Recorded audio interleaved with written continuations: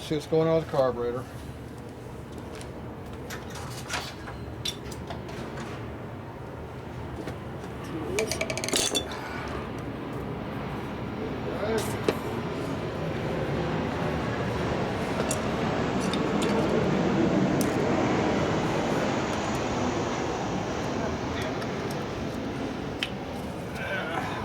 Too big, one too small.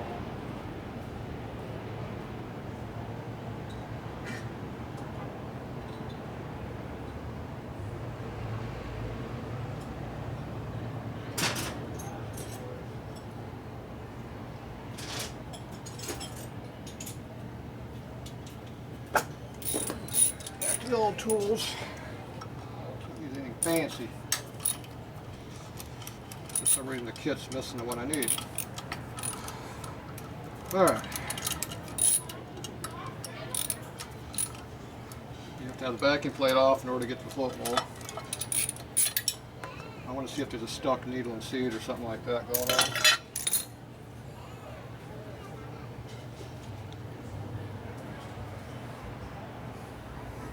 Yeah, and, still went somewhere. There it is, right there.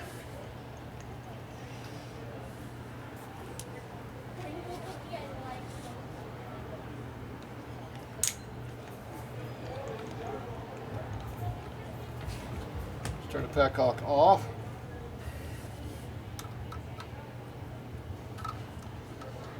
See if there's any fuel in this carburetor at all. Might have a plugged up jet also, who knows?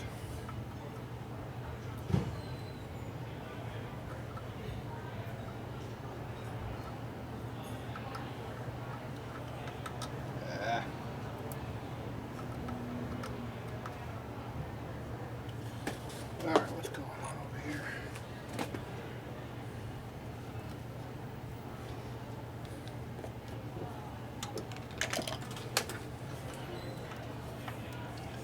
These are slightly different S&S, but not much.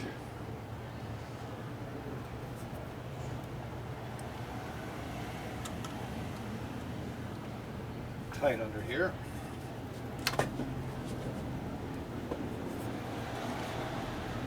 Access to turn the damn screw very well. Different screwdriver.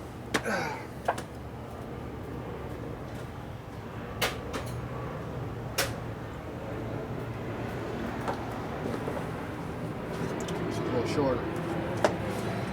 Not much, but a little bit. Enough.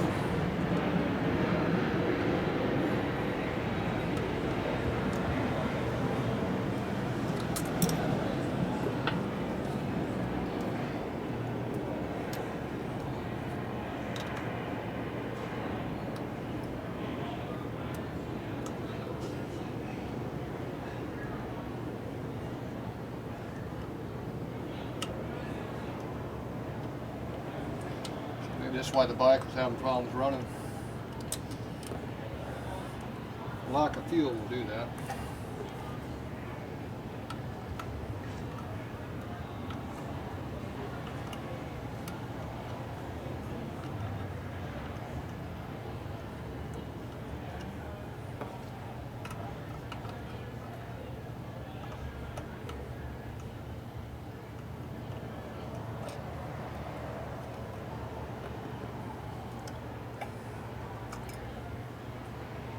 Not a drop of fuel in there. That's probably why it doesn't run. Okay, no fuel in there. Big brown spot. Turn the petcock back on over here. Main. Reserve. No flow at all.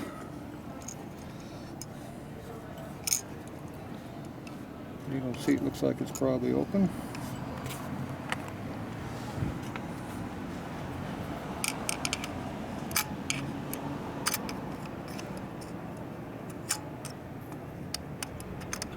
Something seems to be stuck.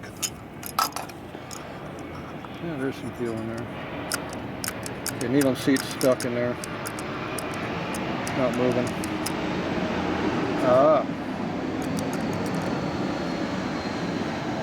there's the problem.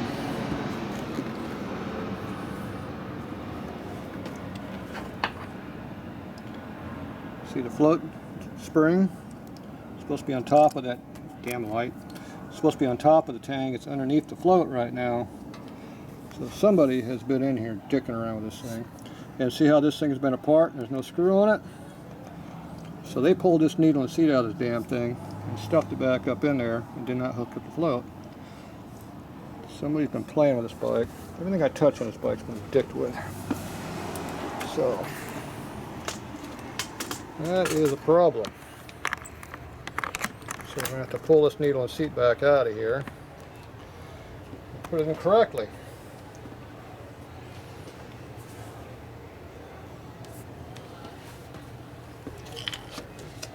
Wonderful. So the reason I was running out of fuel going down the road on the freeway is because the flip bowl ran dry. Running around town, it had just enough leakage probably that it was keeping some fuel in the float bowl, but as soon as you put a load on the motor, done. So we'll do a fuel flow test right here. Let's make sure it's flowing fuel. Oh yeah, it's flowing. See, put that much fuel in there. Alright, so we know the petcock's working. See if they did something with the main jet also while they were in here.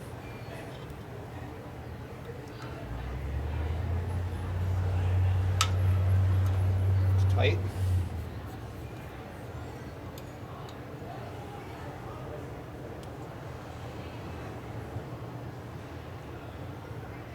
Looks alright. I think it says 72 in it. Put the light, look through it. Yeah, I can see through it, so it's clean. You can blow on it too. So it's not plugged or anything.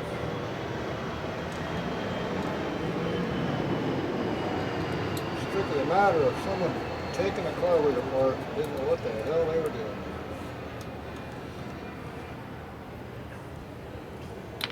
Alright. So, take this up the top so look at it better.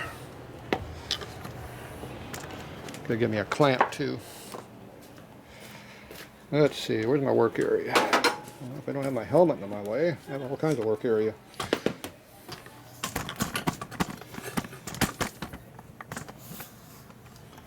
Alright. So you can see how the spring on the needle and seat is underneath where it belongs.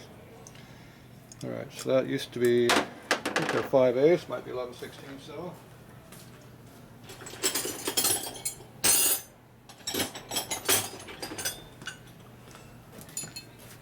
Let's see, 5/8, it is a 5/8. So you gotta pop this off. And you see the light hammer will do it.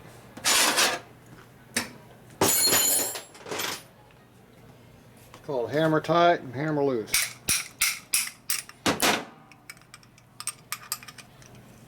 Now it's loose.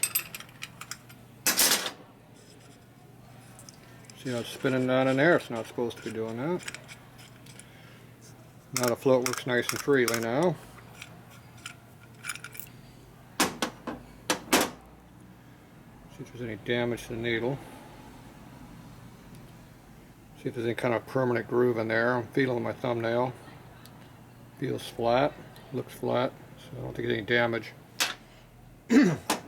So to do this correctly, that little spring right there has to go on top of that finger right there, tab.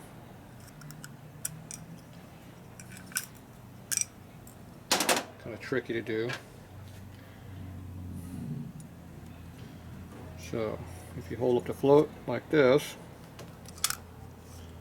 you put that up in there, like that, you can hook it up on the top of that thing. I don't know if you can see what I'm doing, but right there we're almost on it. Nope.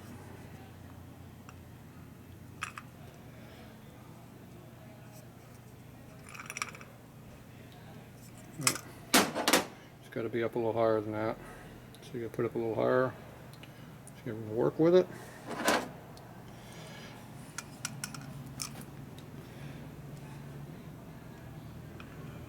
Like this.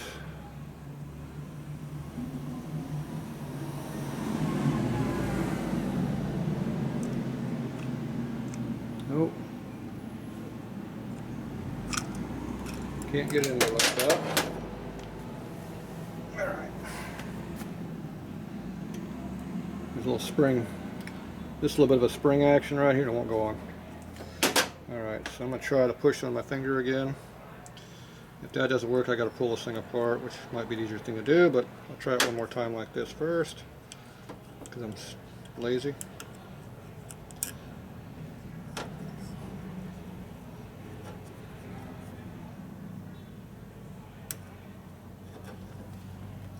See, it's almost on there, but not quite. Alright, pull it apart. The screwdriver.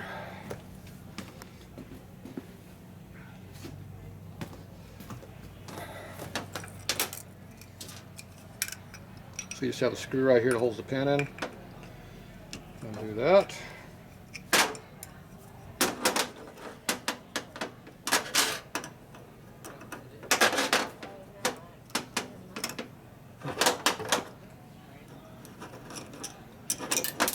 Pins don't want to come up. There it goes. That was stuck in there pretty good. Alright, so now we got our float pin up and our float. Take the plunger, stick it in there where it belongs. Now it's got a ding dong going on. Go back together again. I'll go put this back in there right now. There's an O-ring for a seal. Make sure the O-ring looks still good. Still looks alright to me. If in doubt, you can replace it. When you feel it, you can feel the O-ring hit and you got another flat to go. So that's fine. Put that like that. Hammer tight. Go like that and do it.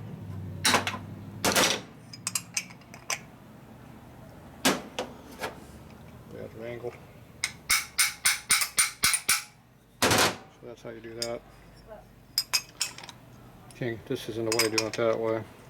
You can also put it on the table here and try to hold as best you can and go like that as high as you can. They both work.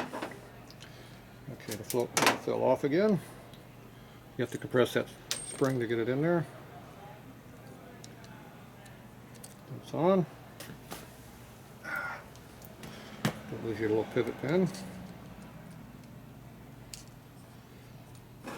Now you just drop it in your hole as you go down in there.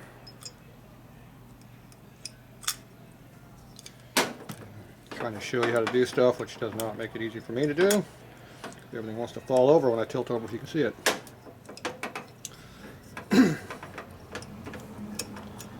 Alright.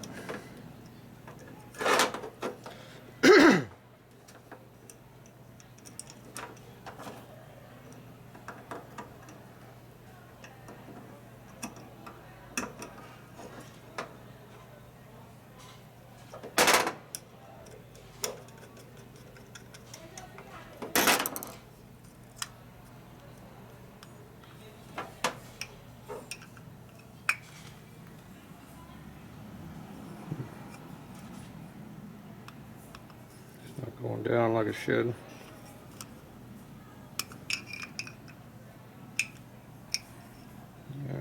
I guess it is.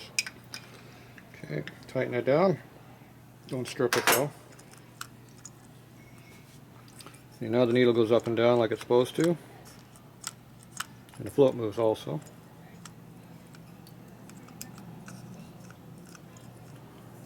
Check your float level. Looks a little low to me. There's a distance between here and here.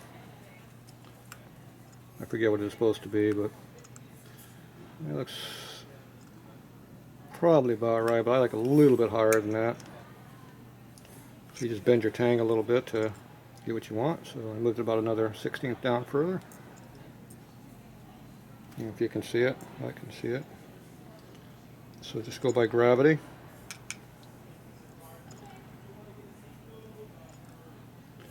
So you got there's a spring on that, so if you go deeper, see it goes deeper. And now it's getting a little bit more too far down now. It's not too much now. The needle's centering up better now.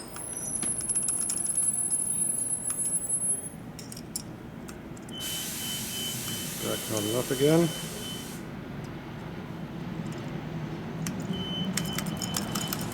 Couple back and forth under load. There we go, back where I want it again. See, I wanted about 5/16 to 3/8 of an inch. That's what I'm looking at. In between those two numbers. Okay, I like that. So now that should work now.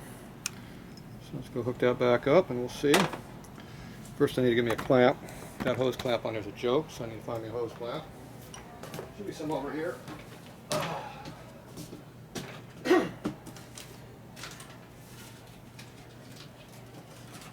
Clamps.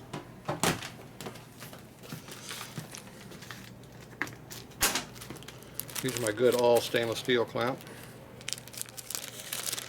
That means everything is stainless. The band is stainless, the housing is stainless, and the screw is stainless. It's all stainless. So that's how I like them. Or at least these are nickel plated or something, because they look like stainless. They're not that zinc plated junk that rusts real easy. Okay, let's put this back on the bike now.